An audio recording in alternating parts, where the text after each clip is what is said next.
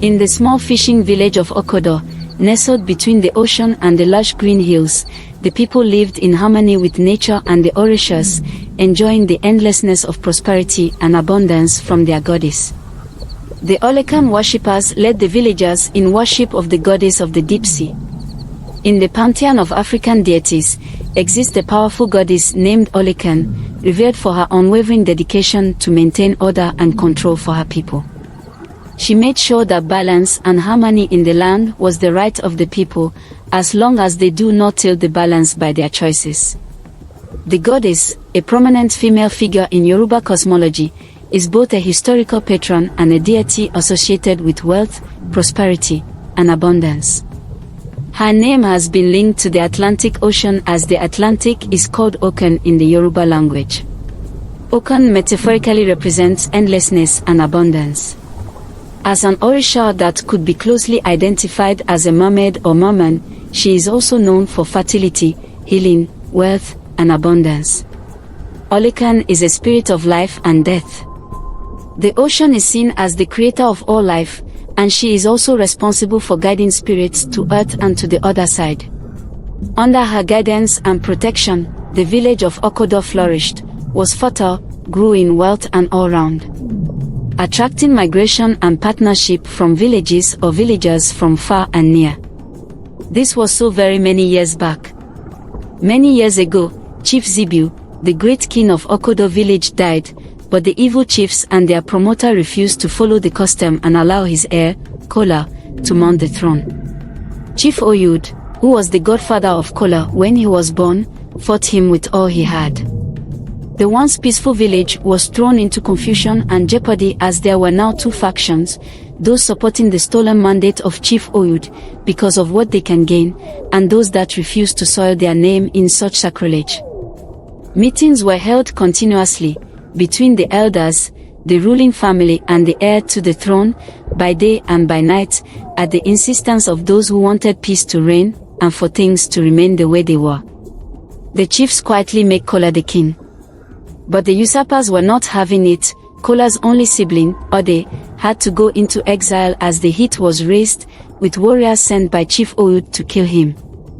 They sought to force Kola to drink from the well of forgetfulness, better known as the attenuation well, in a bid to use magic to make him leave the throne.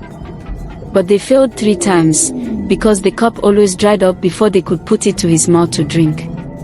At the end, Kola in frustration went to the same sacred well, drew from it and drank, begging the ancestors for help. He cried, "Konga Orisha, I come to you with a heavy heart, let me drink my pains away." He was earnestly wishing to drink the water from the well and forget about every problem resulting from the throne. To forget and have it erased from his memory, to erase traumatic memories, his request was granted. Peace reigned after this. The mandate thief, Chief Oyud, became the king of Okodo village, and life continued, with the villagers living with and getting used to the fraud.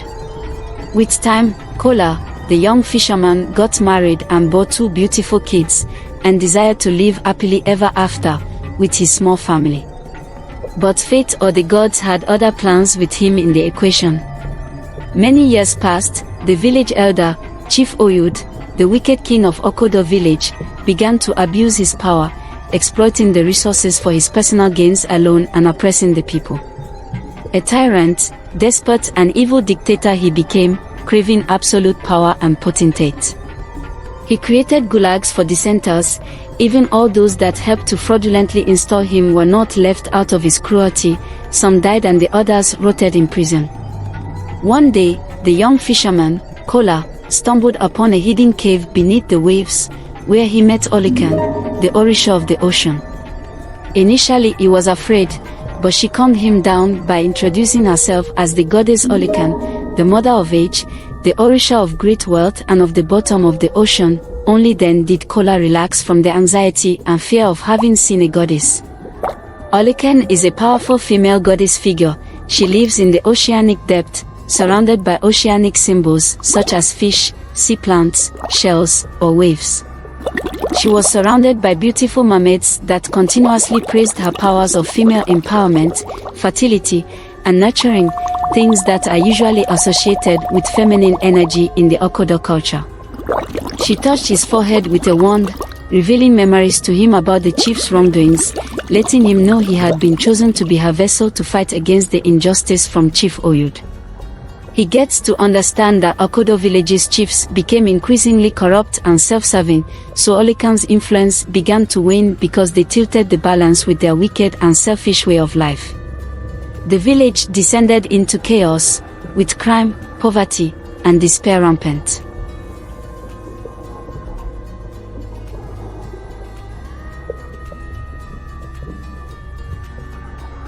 However, Olokun had seen the heart of Kola, and was pleased with him.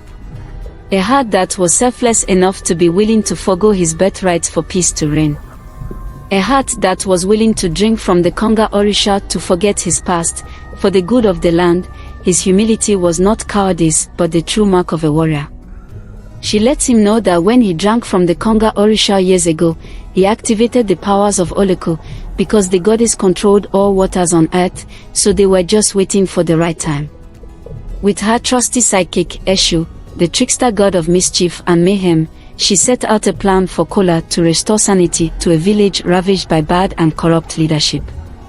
From that moment on, Kola regained his memories of the past. She gave him power for the work she was about to send him. He went home, and with Olokun's powers, Kola rallied the villagers, and together they formed a resistance. Olokun used her elemental control to disrupt the chief's illegal activities, and her divination powers to guide the villagers in their struggle. When it was time to go visit the king, Kola shapeshifted and appeared before the king as a huge python, then a fierce lion. The king rallied his shamans to counter and overpower Kola, but they couldn't. Instead, they all met their untimely death before a superior power. Kola gave the king an ultimatum to vacate the throne or face the wrath of the goddess, but he mocked and boasted about his fortifications from the great priest from the far north. Within days his 2 wives and 7 children died mysteriously. He panicked. There were sores and other strange diseases on the bodies of all those that associated with the king to do evil. But as many as came to Kola and renounced the king were made well, as they accepted to serve the water goddess of the deep. As the battle against Chief Oyud intensified, Olokun transformed into a massive wave, crashing down on the chief's stronghold, symbolizing the power of the people and the ocean. The chief was overthrown, and the village was finally free. Kola, now a hero, decided to forgo the throne, his right as an heir, but sought for the elders to appoint someone fit to lead the village into the new age. He also sent for his brother to return home to his village, as the wicked ruler had been crushed. Olokun, Umoja and Eshu appeared to Kola and assure him of their support as he continued to work with Olokun and use her powers to maintain balance and justice in Okodo and beyond. Till today, Olokun is revered as the ruler of all bodies of water and for her authority over other water deities. The Hoary Lady of the Undertow represents many things, among them peace and prosperity and the riches that come from the sea, and she is highly praised for her ability to give great wealth, health, and prosperity to her followers. The village flourished, and the people never forgot the Orishas' intervention. Olokun's legacy lived on, inspiring future generations to fight against oppression and protect the harmony between humans and nature. Did this tale surprise you? Join the conversation, share your thoughts and favorite African folklore stories, ask questions, and learn from the community, and in the comment section below. Let's keep the legacy of our African culture alive. You can even suggest what African folklore story you want us to do next. Subscribe to our channel for more cultural explorations, folklore, and wisdom stories from around the world. Remember to like and share this video to help spread the news about great African folktale stories. Also, subscribe and hit the notification button to stay tuned for more captivating tales from the heart of the African wilderness. Thanks for watching.